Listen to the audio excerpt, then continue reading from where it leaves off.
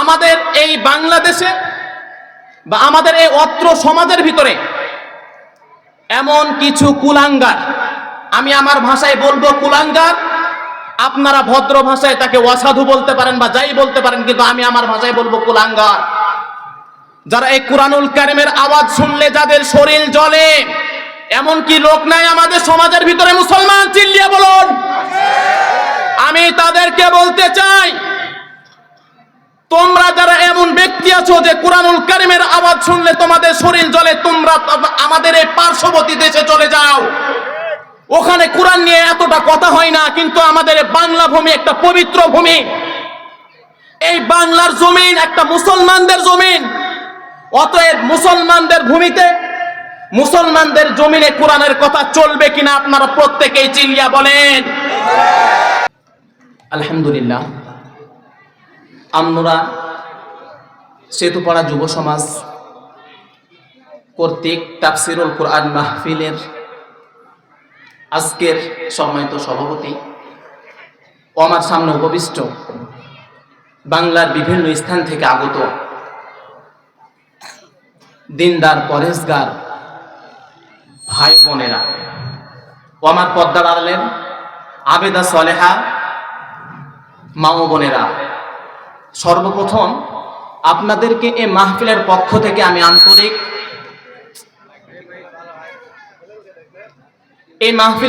থেকে আমি আপনাদেরকে আন্তরিক শুভেচ্ছা ও অভিনন্দন জ্ঞাপন করতেছি। এবং সাথে সাথে আমরা সেই মহান আল্লাহ সুবহানাহু ওয়া তাআলার দরবারে কালিমাত শুকর আদায় করি যে আল্লাহ পাক রব্বুল আলামিন আমাদেরকে তার কিছু গুণগান শোনার জন্য এই এত সুন্দর একটা প্যান্ডেলের ভিতরে আসার তৌফিক দান করেছে।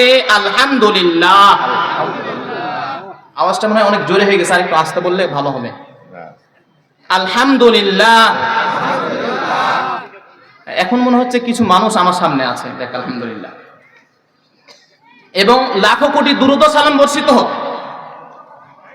আমাদের প্রিয় নবী সরদারে দোজাহান সাইয়্যিদুল মুরসালিন খাতামান নাবিয়িন, যিনাকে সৃষ্টি না করিলে এই পৃথিবীর কোনো কিছু সৃষ্টি করা হতো না, সেই মহামানব জনাবে মুহাম্মদুর রাসূল সাল্লাল্লাহু আলাইহি ওয়াসাল্লামের উপর সম্মানিত উপস্থিতি কেরাম, আমার হাতে এটা কি আপনারা সকলে বলেন তো? আরো জোরে। এটা কুরআনুল কারীম। ব্যানারে কি লেখা আছে? তাফসিরুল কুরআন। তার মানে এখানে যা হবে কি হবে? তাফসিরুল কুরআন বা কুরআনের আলোচনা। আমাদের উদ্দেশ্য এটাই। আমরা তো কিছু নিতে এসেছি, তাই না? নাকি এখানে আমরা সকলেই মহাপণ্ডিত? ইসলাম সম্পর্কে আমরা সকলেই মহাপণ্ডিত না, অবশ্যই আমরা কিছু নিতে এসেছি। আবার যেই ব্যক্তি দেখবেন অনেক আলেম ওলামা আসে, তারা কেন আসে? আলেম ওলামা আসে তারা জানে, তারপরেও আসে তাদের ইমানটাকে ধার দেওয়ার জন্য। তাদের কিন্তু জানার প্রয়োজন নাই কেন আসে, তারা আসে সওয়াবের আশায় এবং তাদের ইমানটাকে আরো ধার দেওয়ার জন্য। তো সম্মানিত উপস্থিতি কেরাম, এটা কি? কুরআনুল কারীম। কার কিতাব? আল্লাহর কিতাব। এই পৃথিবীটা কার? আওয়াজটা একটু জোরে বললে আমাকে একটু ভালো লাগবে কথা বলতে। নাকি খারাপ লাগতেছে আপনাদের? খারাপ লাগলে বলবেন, ও আখিরাতা পড়ে শেষ করে দেবেন ইনশাআল্লাহ। হয়তোবা খারাপ লাগার কারণ এটা হতে পারে যে আমি এলাকার মানুষ, আমাকে প্রতিদিন দেখেন, প্রতি ওয়াক্তে দেখেন, হয়তো একটু খারাপ লাগতেই পারে। তো যাই হোক, এই পৃথিবীটা সৃষ্টি করেছে মহান আল্লাহ তাআলা। কুরআনুল কারীম কার কিতাব? আল্লাহ তাআলার কিতাব। আমার দুই পাশে যে হয়তোবা চেয়ার নিয়ে বসে আছে তারা আপনারা মনে একটু কষ্ট হচ্ছে আপনারা একটু যদি মুখ না খুব ভালো হবে। আচ্ছা, যাই হোক, আল্লাহ সুবহানাহু ওয়া তাআলা এই পৃথিবীতে আমাদেরকে কুরআনুল কারীম দিয়েছে। এই কুরআনুল কারীম একটা আমাদের জন্য চিঠি। এই চিঠিতে আমাদের জীবনের নির্দেশনা সব কিছু দেওয়া আছে। আমরা আমাদের জীবনকে কিভাবে পরিচালনা করব, রাষ্ট্র কিভাবে পরিচালনা করব, আমাদের পরিবারকে কিভাবে পরিচালনা করব, তার সম্পূর্ণ বিধিবিধান এই কুরআনুল কারীমে দেওয়া আছে। কিন্তু দুঃখের সহিত বলতে হয়, আমাদের এই বাংলাদেশে বা আমাদের এই অত্র সমাজের ভিতরে এমন কিছু কুলাঙ্গার, আমি আমার ভাষায় বলবো কুলাঙ্গার, আপনারা ভদ্র ভাষায় তাকে অসাধু বলতে পারেন বা যাই বলতে পারেন, কিন্তু আমি আমার ভাষায় বলবো কুলাঙ্গার। যারা এই কুরআনুল কারীমের আওয়াজ শুনলে যাদের শরীর জ্বলে, এমন কি লোক নাই আমাদের সমাজের ভিতরে? মুসলমান চিল্লিয়ে বলুন।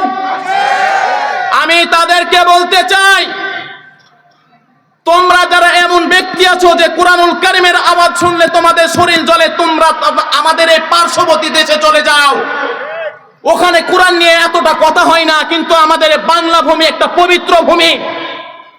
এই বাংলার জমিন একটা মুসলমানদের জমিন। অতএব মুসলমানদের ভূমিতে, মুসলমানদের জমিনে কোরআনের কথা চলবে কিনা আপনারা প্রত্যেকেই চিল্লিয়া বলেন। তাতে কি আপনারা একমত আছেন? তাহলে ওই সাইডে কেন মানুষ ঘোরাঘুরি করে? আপনারা যাদের কানে আওয়াজ চাইতেছে, যদি ইমানি একটু চেতনা থাকে, অনুগ্রহ করে বলতেছি, পায়ে হাত ধরে বলতেছি, বাজারে কিছু পাবেন না। বাজার শেষ হয়ে যাবে, বাজার পাবেন, কিন্তু এই মাহফিল প্রতিদিন পাবেন না। পাবেন? এই জন্য আপনাদেরকে বিনয়ের সহিত আহ্বান জানাচ্ছি, আপনারা প্রত্যেকে প্যান্ডেলের ভিতরে উপস্থিত হন। সম্মানিত উপস্থিতি কেরাম, এই কুরআনুল কারীম কি আমাদের জন্য প্রয়োজন? প্রয়োজন? আচ্ছা, আপনি আমি যদি কোনো একটা মেয়ে দেখতে যাই জীবন সঙ্গিনী হিসাবে, একটা উদাহরণ দিই, কেমন প্রয়োজন? জীবন সঙ্গিনী হিসাবে যদি আমরা একটা মেয়ে দেখতে যাই, সে মেয়ের আমরা কি কি দেখে আসি বলেন তো? সে মেয়ে দেখতে কেমন, সে মেয়ে লেখাপড়া করেছে কতটুকু, সে মেয়ের চুল কত বড়, তারপরে তার নামে কোনো ব্যাড রিপোর্ট আছে কিনা, এভরিথিং আমরা জানি না? এমনকি শুধু মেয়ের না, মেয়ের বাবা কি করে, আর্থিক অবস্থা কেমন, সব কিছু জানার পরে কি আমরা তাকে অ্যাকসেপ্ট করি? যদি ভালো মনে হয়, অন্যথায় তাকে কি করে দিই? আমরা রিজেক্ট করে দিই, ছেড়ে দিই, আরেকটা দেখি। আমার প্রশ্ন হলো আপনাদের কাছে,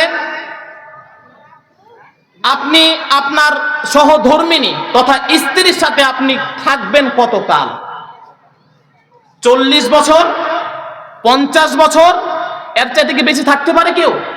অনেকেই আছে কিছুদিন থাকে, কিছুদিন, কিন্তু অনেকেই আছে কি 50-60 বছর পর্যন্ত থাকে। আপনি যত বছরই থাকেন, চিরস্থায়ী তো না, যতদিন হোক অস্থায়ী।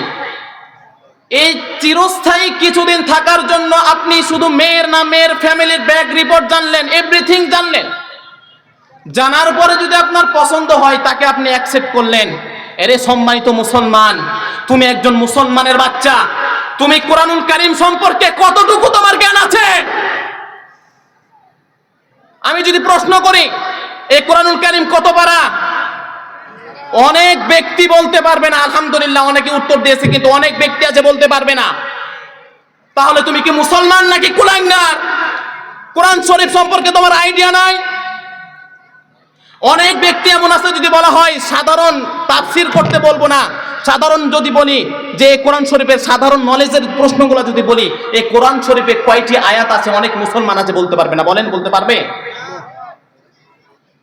ও যদি প্রশ্ন করা হয় এই কোরআন শরীফের ভিতরে সূরা কয়টি, অনেক মুসলমান আছে তারও উত্তর দিতে পর্যন্ত পারবে না। বলেন ঠিক কিনা?